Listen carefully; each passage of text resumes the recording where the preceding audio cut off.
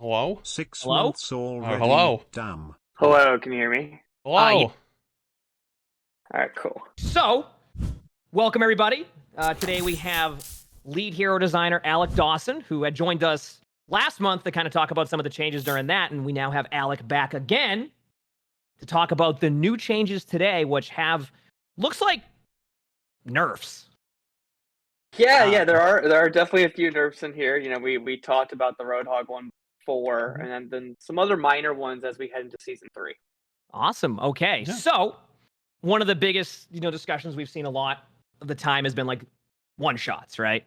We've been seeing how it feels getting one shot. We've seen it with a lot of heroes like Roadhog, Sojourn. So how is the feeling on one shots right now currently? And then I think we can kind of go into the Roadhog changes right away after that, because obviously Oh, we're going straight to Roadhog? All right, I'm in. Roadhog's going to be changed a little bit here on this. So Yeah, so I think right now, if we how the team about one shots and how we normally think about one shots is we like to look at it sort of holistic, not so much just on that moment in time when the one shot occurs, but rather, what was the risk of getting that? Is there counterplay available? Things of that nature. Also, what role is this occurring in? I think with Hog definitely being a tank there, that comes into play of, took a lot of the one shots out of tank. That's something we don't necessarily want them to have. An example we've been talking about recently is Widow. You jump Widow, and maybe that 200 health is too high for actually being able to have enough counterplay and kill her there when you actually do a lot of work to get into that situation, right? And then other things such as some of the random ones. I think sometimes that may surprise you. Not necessarily a one shot, but the drunk rat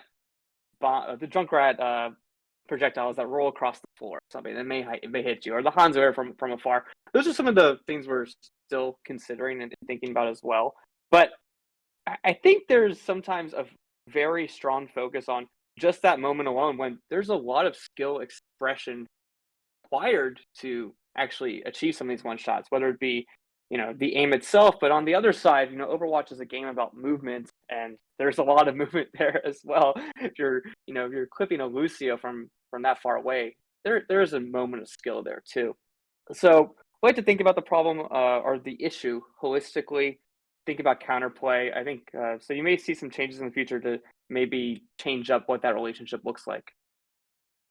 okay, I was surprised to hear about a lot of the one shots, even with like Widow and Hanzo, because it's interesting to hear that. Yeah, so just to clarify, do you consider something like the Junkrat left click and then mine combo as a one shot? Because it's like, it is two things at the same time, but you basically like explode, Yeah, it's more just like this burst damage and where that comes from, right? Not necessarily a one shot, but it is like the moment itself is pretty close, right? Mhm. So we think about like what is that maximum damage we want there, and also just some of the frustration from when those things happen from far away. Like, how do we want to go about that as well? Yeah, that makes sense. Yeah. Okay. So Yeah, because the Junkrat, that does happen. yeah, it does happen. Looking at these hog changes, I mean, I've just only seen it on paper. This seems so, kind of similar to like old Roadhog. Also, yeah.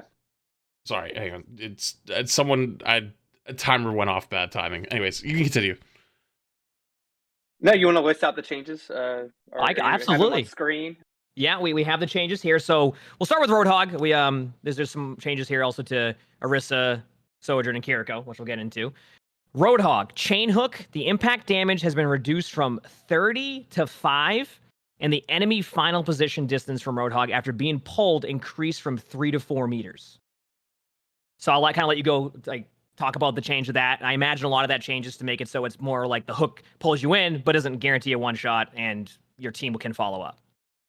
Yeah, I want to start off by talking about a little bit of the context of these changes. Yep. When we first were talking about Roadhog on our side in terms of season 2 and how popular he was at the very beginning of season 2, unfortunately, we weren't able to change Roadhog in any way at that time, right? It wasn't just we could have gone in and changed his health. There was a bug actually where Roadhog and 3 other heroes couldn't be hot at that time and point. Wait, really? Wait, really? Yeah, I just want to get out there and explain why this took a bit. That is fixed heading into season 3, but Roadhog was one of those heroes, unfortunately. And when you have a hero that is meta like that, that can be a pretty frustrating moment. So right then and there, we spun up another full build, so that it takes some time to get to this moment. But yeah, just the context of why Roadhog wasn't changed earlier in terms of smaller changes. It wasn't that we didn't want to. It was that there was a pretty ugly bug there, but we have that all fixed up in the future. Now, leading into the actual change itself to the hook is still going to be a thing. If you get hooked, you are most likely going to die, right? But what happens here is maybe Roadhog has to land that right click if Roadhog is out by himself. Maybe he needs a teammate to follow up and actually get the kill there. Say if you're a Mei, you may be able to get your shift off in time because Roadhog isn't in melee range anymore, right? So there are some breakpoints there as well. But getting hooked is still going to be bad for you. It just may not be that immediate one shot that you're used to that Roadhog had previously. Okay, that makes a lot of sense, and I think that will be a little bit better of an experience of playing against Hog. And then just to touch on that too, and then in the future, there's like ideas of like the rework for Hog. I remember we talked about initially where like Hog would eventually, oh hi Sully, Hog would eventually be like possibly have like a soft rework in the future too. Yeah, what we're looking for right now is to add some more team utility. Obviously, here with the hook changes, he should probably be playing his team a little bit more if he needs a little bit of that follow up. But we also want to just make sure that Hog feels like a 5v5 and supporting his team in different ways. So looking at some visibilities and how we can add some of that utility. That may take some time, but it is something we're actively looking at right now. This reminds me a lot of like Roadhog. Back like it was like a lot of like I don't know if it was like season 10, like that like whole span where he was no longer had the one shot but he could shoot faster. Is this like very similar to that? I'm not sure about the recovery time, if it's like quite the same or maybe a little bit slower. Yeah, it's very, very, very close to all of that. So the gun changes there, damage pellet being reduced from 0.6, but then the recovery time here, so that's getting reduced 0.85 to 0.8, and the reload time from 2 seconds to 1.75. But he also gets an ammo, so he goes 5 to 6 as well. So can shoot a little bit faster. Guns a little bit more important. I think overall we want to make sure we don't basement heroes completely. Roadhog is actually not performing as well as people may think, as well as the perception is. I think after some of those Erisa changes and some of the other things that came up in that hotfix after season 2, and we saw Roadhog under 50%, right? But this is not all changes are. A lot of our changes aren't about data; they're about frustration points. This is still something we want to change overall, and just hit and how it feels to play against. So we're going to be compensating some other ways. This is one of those first changes. I think later on we might have another change to some of his ultimate in season 3 just to help out there and see how he performs over time. Because that's not something we want to do for heroes. Unfortunately, Sombra is in that state as well. We want to make sure she gets lifted up a little bit too going forward before we have the big changes come. But yeah, so Roadhog right now, gun will get better. The one shot's going to get worse, and we'll see where he ends up. Fair. All right, it's going to be interesting to see. I'm sure we'll still see how Hog is playing here shortly. So I have a quick question then. Yeah. I don't know if this was actually covered earlier. Sorry, I got a little bit thrown off because ads are on a timer and they went off as we started the Hog conversation. So I missed I missed like 30 seconds because I felt really bad people getting hit with it at the same time. Is this the Hog rework we had talked about before, or is it like this is just something, like changes for now type of thing? This is the change to his one-shot potential that we want to do. When we talk about what a slight rework means, that means we'll be adding hopefully in the future, be adding some utility to Hog's kit, and that will be down the line. It's going to take some time. This is not what that slight rework is. Okay, so that's still something that'll come like in the future type of thing. Okay, cool. Yes. Cool. Good to know. And now we go on to Sojourn. You want to go back to Erisa first really fast? We kind of glanced over it. I mean, really fast. I was going to go to Hog right away. Yeah. So Erisa's Fortify got the health bonus reduced from 125 to 75. How do you think that will play into Erisa, like, in the game now? Because there's still going to be the damage reduction. Obviously, the health bonus reduced by 50 is it's good, but like, do you think Erisa will still be a very strong hero with that? Yeah, she'll still be quite strong. We think there may be some change as well. I think one thing we talk about a lot is, while Arisa's identity and her kit is this sort of, she's cycling through her cooldowns and everything of that nature, the window of opportunity to really punish her may not be enough.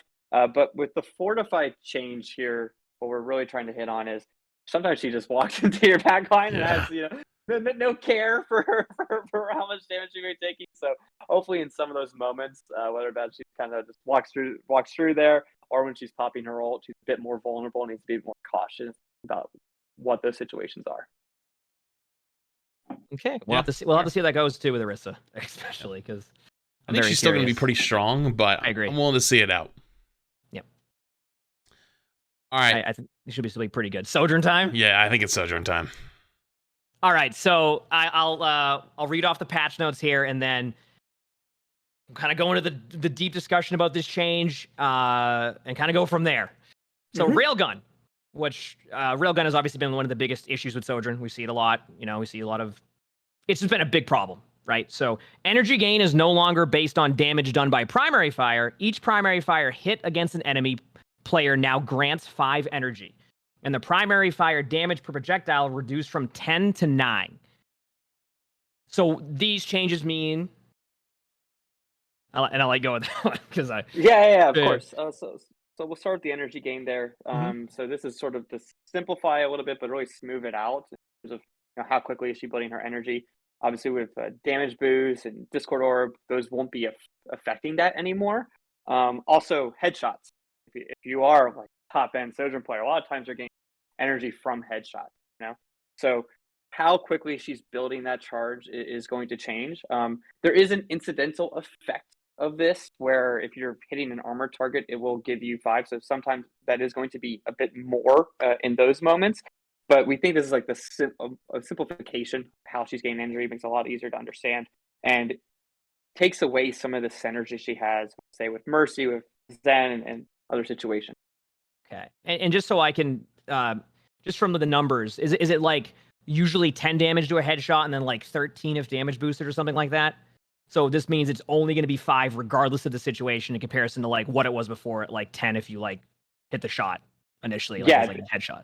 Yeah, it's only going to be 5 regardless of the situation now. Okay. That's what I was wondering on that one. So basically that part is obviously going to be a difference because you're not just sitting there farming the headshots, especially on tanks to get the energy, but you can still probably build it up somewhat quickly, especially if you're going against like an armored target who was a little bit different before. Okay.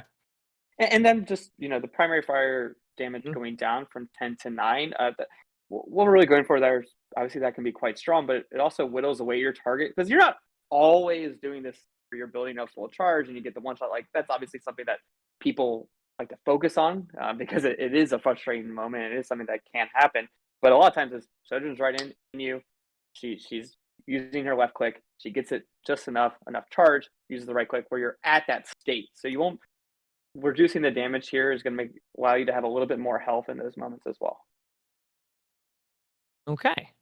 Yeah, go ahead. I have a question just from like our previous conversation, right? About like the one shot stuff. Obviously Sojourn with like damage boost isn't like one shot now, but it's like it's close where it like still feels like one. Is that also something that's in the conversation of like frustrating one shots to deal with? Like, we talked about like Widow, Hanzo, Junkrat, stuff like that. For sure. We talk about Sojourn quite a lot. I think, one of the things that we've seen over time is these incremental changes, while she has gone down a little bit over time with each step, that may not have felt as good. I actually wish we'd come in, had maybe some bigger changes at certain times. But instead of, 3 to 4 patches now, where we talk about Sojourn, she goes down a little bit each time. But what is that next step take? We hear all the feedback on what her railgun is, but it's also something that we feel like is very important to her identity, right? So we're trying to see how we can look at some other parts of her kit that are actually just quite good and maybe too strong, especially when we gave that commissary buff to the primary fire damage here. So to see how can we retain some of that identity, not make that frequency of those one shots happen as much with the energy thing here, and reduce some of her synergy with some of those damage boosts, such as Zen, such as Yeah, that makes sense. Yeah, I think that's going to be. We might talk about that a little bit too at one point with the damage boost. We can go to Kiriko. Damage boost. We can go to Kiriko next here. And just to actually go to Sojourn for a second there too, I'm very interested to see how that plays out. I'm just to make sure too, like, does that mean do you get 5 energy from shields too, or is that reduced even more past that? I believe that should still just be 5. Okay, so Yeah. 5. Okay, so yeah, it will just basically be 5 no matter what. Yeah. All right. I mean, that'll be very interesting to see. I'm very curious to see how often the one shot's happening. On top of like the initial change of like the only 4 seconds now, so we'll see. I'm very curious to see that. And then we go on to Kiriko, which, oh yeah, really, Sully? The Heal and Fuda recovery time increased from 0.85 to 1 second. Yeah, so this is a thing where we are looking at Kiriko. She hasn't performing actually as well as expected, as you may think with the perception of her. But at the same time, there's still something with her sort of gameplay that we're not as happy with as we'd like. And I think that's when she plays this heal bot sort of role, right? You're just holding left click, you're not using kunai, and we'd like to encourage that a bit more. And actually, so when we were talking about healing a Fudo, like, oh, do we want to reduce the healing output? Well, that actually can get you in a place where she feels like she needs to heal even more. But now, if we think about her overall efficiency, what should she be doing by increasing this recovery time? It's getting kunai in there, right? It's slipping one to 2 kunai in between your healing to make sure you're actually getting the most output out of Kiriko as possible, right? So that's the reason for this change. Kind of like BAP, like how BAP has the left click, exactly. right click, left click. Yeah. Exactly. So you're going to want to do that a bit more to make sure you're getting like as much out of her as possible, right? And you'll see that change. It might feel a little different at first in terms of her fluidity, but give it some time, get a few games, and then it just start to feel a little natural. I'm not really a really great support player. I think I demonstrated that in the last hour, but I'm interested to see because I know I'm like BAP is very, very important to be able to cycle your damage and your healing. And Kiriko definitely felt like her ults being the strongest part of her kit. Like you basically just played for ult most of the time, so like just kind of heal botting was like a really good play. I'm interested to see how that one. See how support players react to that.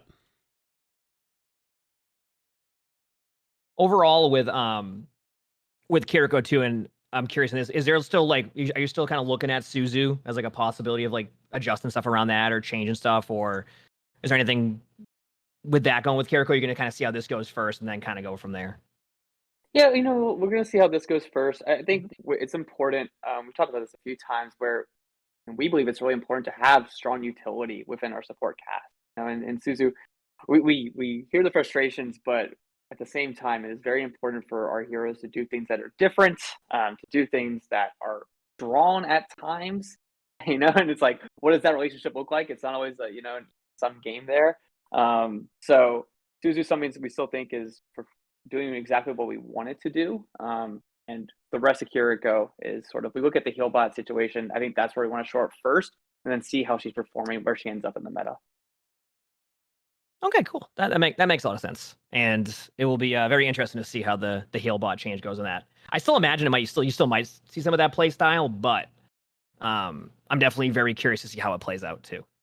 Yeah, I mean we're not support players, so we're really not like the most qualified to speak on it. But you're right, Emongg. Most people talk about with like the frustration part is definitely the Zuzu. So it's interesting and good to know. Yep, exactly. So, I wanted to ask something that you had mentioned. I think it was back, I can't remember, a couple months ago. Are we getting closer and closer to the Brig change to, I think it was the ultimate? Yeah, so we are getting closer. Unfortunately, it's not going to be season 3.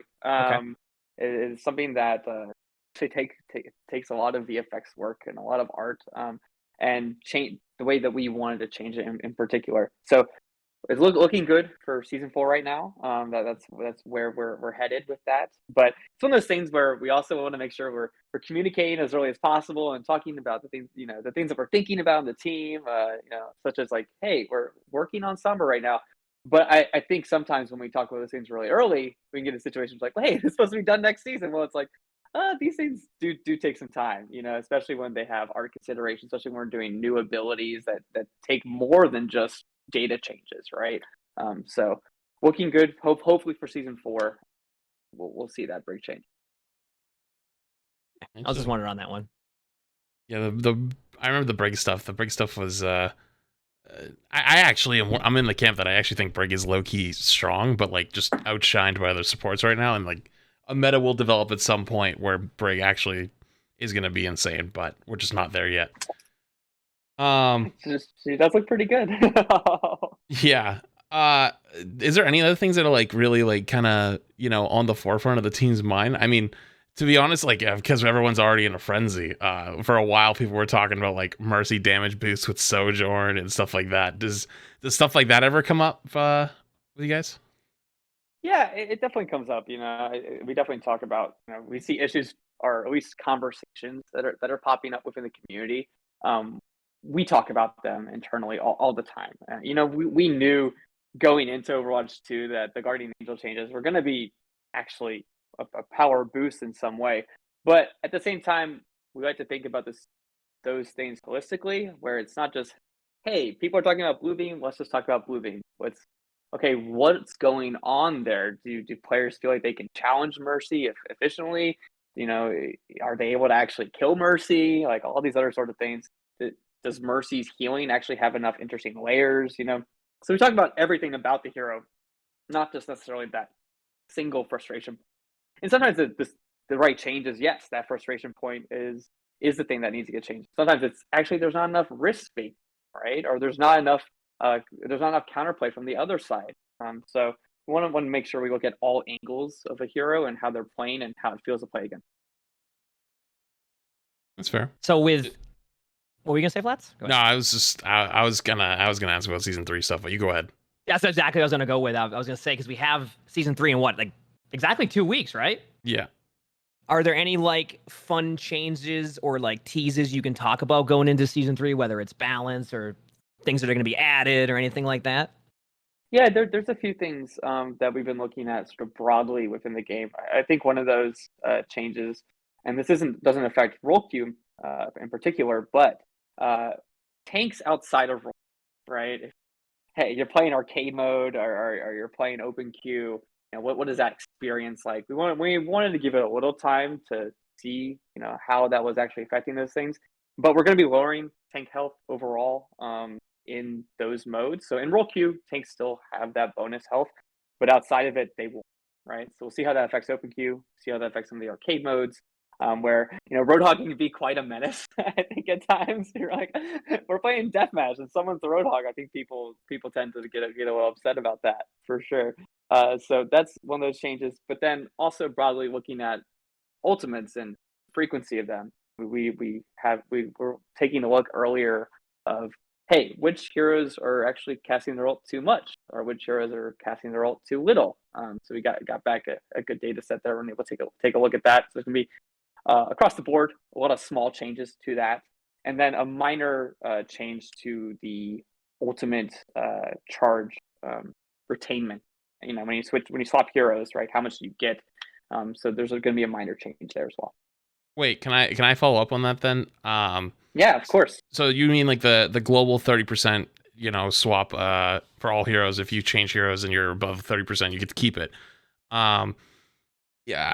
I mean, it's good to know that there's changes coming, but myself and I think many others feel like with the tank role, it feels very counter swapping likewise. It feels like, let's say you win the first fight and Winston, you get 40% ult charge. The other team loses the fight on Zarya, they get 30% ult charge. They just swap a hog. They roll you in the next fight because the counter swap, and then you have like 75% ult charge on Winston, and they have like 75% charge on Roadhog, and it's like, do you stay and keep your ults, or do you swap and counter swap them back? Does the team like the counter swapping thing that's happening with like tanks, or is it just mostly high level problem, or is it, like, where is that at? Yeah, it's something we talk about. In Overwatch, there's always going to be these matchups, right? Heroes are different. They're going to, especially when we look at tanks, they're going to be different against each other. Since there's only one on the roll, I think that gets a lot of the focus. Where a lot of times, while that is a big important factor in your team composition, it is also still about the whole team. So let's talk about retaining that ultimate charge. I think whenever we introduce something that reduces friction into a system, it's important to take a look at it and look at the effects of it long term if it was actually smoothing out too much. So I think we're going to step back just slightly there because we do believe we smoothed it out a little bit too much, but we still think it is one of the important things within Overwatch where you have that ability to see what your team composition is, decide if you want to make a change to better affect the outcome of a fight. When it comes to tanks specifically, we understand that can be sometimes a frustrating experience of that rock paper scissors. We're going to definitely keep an eye on that and how is that matchup being affected, and hopefully get to a point where that isn't as stressed within the tank matchups within the tank meta.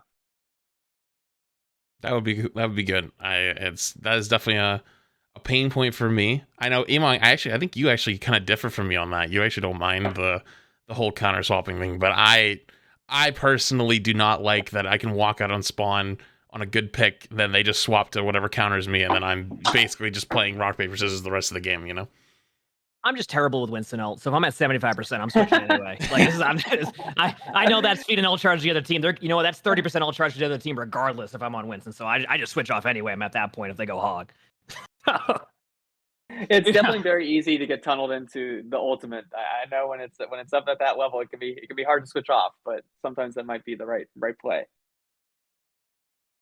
But it's been an interesting subject on that one. I know there's been a lot of discussion on that. Cool. I mean, it's what was that, Flats? I only have one more thing, but if you have anything else first. Oh yeah, okay. Well, do you want me to ask for you because we know where he's going with this one? Do you want? You probably know. You probably know. Does it happen to do with Reinhardt by any chance? I was promised last time we did this something was coming. I'm looking at the clock, like I'm just double checking, Yeah, season 3 is around the corner, so I believe it's in a few weeks here. So season 3 is around the corner. There will be. I think last time we did talk about Fire Strike, right? So yep. I'm still gonna say Fire Strike. We may make a change there, but there will be some changes in season 3 coming up pretty shortly. Oh, well, there you go then, Flats. Cool. Does that satisfy? I can wait. I can wait to see. I got a time now instead of it's coming. It's now. There's a date. So yeah, 2 weeks. We'll see. Yeah. Do you have anything else? I guess if I'm even allowed to ask this part about Junker Queen, since the change of Junker Queen, have you seen a positive has Junker Queen? Have you seen improvements to Junker Queen because of the changes, or do you feel like there might have to be more changes? Yeah, she has seen improvement. We have seen a whiff there in Junker Queen. I think we're still keeping an eye on some things. There's actually this one part of the design where it's the healing from the targets when they die. So we're taking a look at that, and should that go through the multiplier of her actual health regen, or should that actually be the flat amount that was available? So taking a look at that, what's the best way to understand that occurrence? Right now, it doesn't go through the multiplier, right? But should it go through the multipliers? It's one of the questions we ask ourselves. But she has seen some uplift. I think as you see some other tanks receive nerfs, Junker Queen might actually be in an even better position in the meta. I actually kind of agree with that. I actually think that if HOG and Erisa get tuned down, which I actually think Erisa is probably still going to be a little too strong. We'll see. I'm open to seeing it. I think Junker Queen actually will be pretty decent. I think I'm willing to see it. I was really curious on that because I've been enjoying playing Junker Queen, but I obviously know it's really hard to see when HOG and Erisa are running around right now, which is obviously changed in 30 minutes for the most part. Actually, I do have one more if you're okay with this one too. Of course. How you been feeling about Ramatra Ultimate? I know that's been kind of one of those subjects of It's very interesting to see. Yeah, honestly, it's one of those things that we're surprised. There's we see some conversation about it, but we're surprised it's actually not a bigger thing because it's something we're not so completely happy with. So we'll be making a change there as well, especially with some of the things where how long can this actually go on? Like in terms of the infinite duration. So we'll be putting a cap in there. Also, some slight changes to how it works and how long the ult itself is lasting, where that's ticking down, not at all, or it's ticking down partially, even when people are in it. And just so I understand that correctly, that means that you said there's gonna be a cap, so we won't have like the minute and a half like just stand still, like yes. okay, Yes, so that is not. While we like when we make abilities that are very clear and easy to understand and have an obvious like, hey, when this is going to end, the minute and a half Ramatra ult is not something that we feel is necessarily healthy for the game. You don't like the Emongg clip? The stand there for 2.5 minutes just blocking? classic. That was great. Yeah, I have a few of those. I drank some coffee during that one. It was a blast. Oh. Yeah, that was I was actually the POV like 10 feet behind you, just standing there. It was great. It was a good time. Well, if it came like that rule where if one Ramatra's in front of you holding like the block, you have to do it too, right? So yeah, I've noticed that most people just do that, just stand there the whole time. It's great. Do you have any more questions, Flats? The only other one, but like we kind of already touched on it, so it's kind of going back. It's just like the passives and stuff like that, like the 30% passive. Is there any other passives we might see, or is it those being talked about as well? Yeah, I think that's one of those things that maybe very long term might be something we look at. Whereas this is let me clarify this. There's no promises. It's just sort of something we talk about, right? But should that be something where every 6 months to a year is something we do look at, and because it is one of the biggest things we could do to shake up how the roles actually work and how they work against one another. So it is something we talk about. Nothing we really love right now. There was a lot of work going into getting to these passives and actually letting the game like feel very fluid, especially the support passive. That was something we thought was really important going into Overwatch 2. So long term, maybe it's something we change. It's definitely a good thought exercise for us because it could be a big shakeup. Cool. All right, learned a lot with that one too. So it's good to hear about that. There's one more hero. Well, two heroes we're seeing chat ask a lot about. Are we okay to ask about those two heroes? Yeah. Let's go for it. All right, I'll let you take the first one, Flats. I'll go with the second one. Okay. People are very adamant and want to know about Genji. Genji. Yeah, because Genji originally I think got nerfed because the passive changes. But obviously the passive is gone now from season 1. So any Genji changes or any potential reverting of the nerfs or anything you can speak on maybe? Nothing planned at the moment, but I can definitely talk about what we normally discuss when it comes to Genji. Performing better than Perception, definitely. I think Genji's still very popular, still doing quite well. One of the things though that we want to talk about, that we would like to actually address maybe down the line, it's something that we discuss is where is his power coming from? I think right now a lot of that power is in Dragon Blade. Are there things we can do to retain that fantasy while also diminishing some of the power that happens during the ultimate? And then giving some of that power back into neutral, right? In more of the neutral game, whether it be in the ammo count or it be in the damage. So it's something we talk about, but right now, no plans there to change anything with Genji at the moment. But we do hear it a lot. we know Genji is one of the most popular heroes in the game. People want to talk about it, and they definitely don't like when he gets nerfed, for sure. Cool. Thank you. Yeah. Thank you for that. And then the other hero I'm seeing a lot of requests on is Wrecking Ball. Is there possible changes to Wrecking Ball soon? I know that was a while ago. It was talked about Wrecking Ball possibly being a hero that might get changes or some buffs. Is that something that still might happen, or? Yes, To be quite clear with it. So we talked about Wrecking Ball. I think it was maybe even during season one as being one Mhm. of those things that was top of mind for us. Wrecking Ball has not been performing well with the rest of the tank lineup, right? And hasn't really had a moments where, maybe Zarya has had moments where she's low, but she also had moments where she was high, right? Mhm. Wrecking Ball's kind of just been on the lower end for most of Overwatch 2's life so far.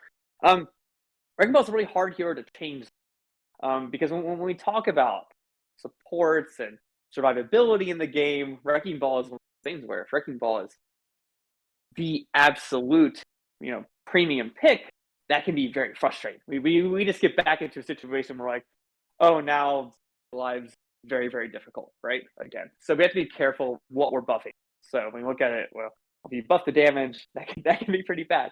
So we've tried some stuff with his sustainability as himself, looking at, hey, how do shields affect Wrecking Ball as being this tank that kind of goes and wanders on his own. Can we do anything there where some of that health is going to be regained over time instead of having to come back all the time to get back to where you want, and then you can re-engage, right? So some changes will be happening. Wrecking Ball will be receiving buffs season 3, and hopefully doesn't teeter him over the edge where he becomes an absolute menace, but we'll see. Oh. Oh, we'll see. Yeah. Remember, I made a prediction a while ago that I thought Ball is gonna be one of those characters. If he ever gets buffed, it's gonna be a time. So. Oh yeah. Well, it's because it's less CC. I talked Yeah. about it too, where I feel like Wrecking Ball is like the one hero that can go anywhere from like D tier to like S tier just immediately, just because Yeah. just like a slight Yeah. change or a slight nerf to something, like Wrecking Ball is gonna be. So I'm very curious to see what the buffs are gonna be. So. Yeah, it's something we're very cognizant about as well because, Yeah. as you said, he can just, like in his name, he can just wreck those back lines, and it's something Mhm. we're protecting a little bit with some of the changes and some of the play style right now. Awesome. Wow, that was Yeah. actually learned a lot there about some of the heroes. That's awesome to hear. Yeah. Yeah. Yeah. Well, Thank you for no answering more chat's questions. questions as well. Yeah. Thank you for Yeah, asking. yeah, those of questions. course, of course. This is always fun to talk about, the changes we're making, what we're thinking about, and Mhm. there's season 3 isn't far away. Some more changes coming then. Okay. Cool. Yeah. And season 3 is in like 2 weeks, so I'm very curious to see what the patch will be for that. Okay, cool. Yeah. Well, Yeah. Alec, thank you a ton for joining us. This has been an awesome discussion again. I appreciate the responses to to the questions, and Yeah. it's just been awesome. This is the second time we've done this, and it's been just a really awesome discussion. Thank you for that. Yeah. Yeah. Thank you for having me. Yeah. Thanks for coming on. People enjoy it. Nice to hear. Yeah, I would love to do it again sometime.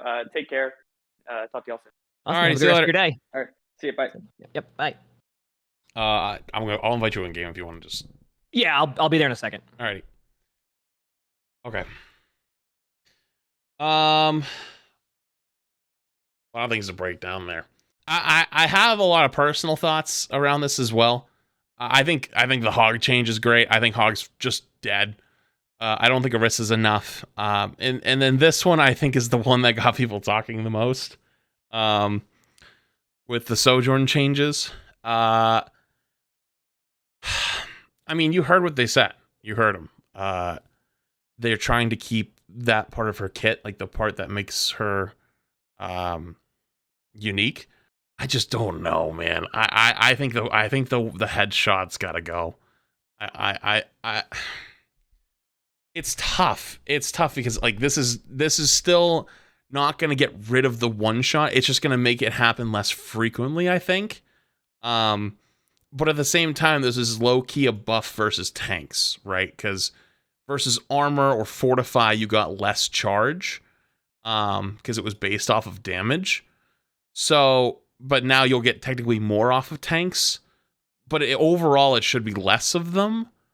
But at the same time, though, I don't think that solves the problem for high level play. And low level play, that's not the big concern, anyways. Like, I think if you want to make low level play better, you'd make this 8 instead of 10.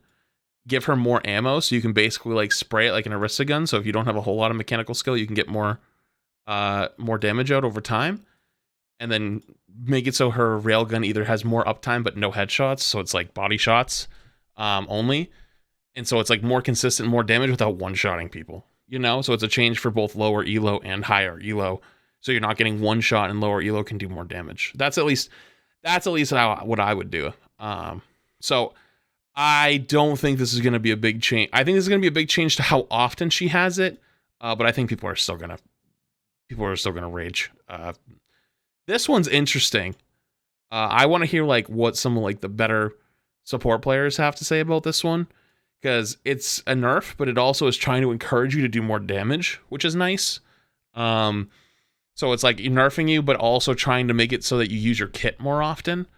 But I think the big problem is, or the problem most people have with her is the Zuzu, and her ult is just extremely good. So, but I'm not a support player, so I'm not going to go too deep on that. I just know what most people, I guess, kind of say or think is wrong with her. So, this patch will go live in 15 minutes. So,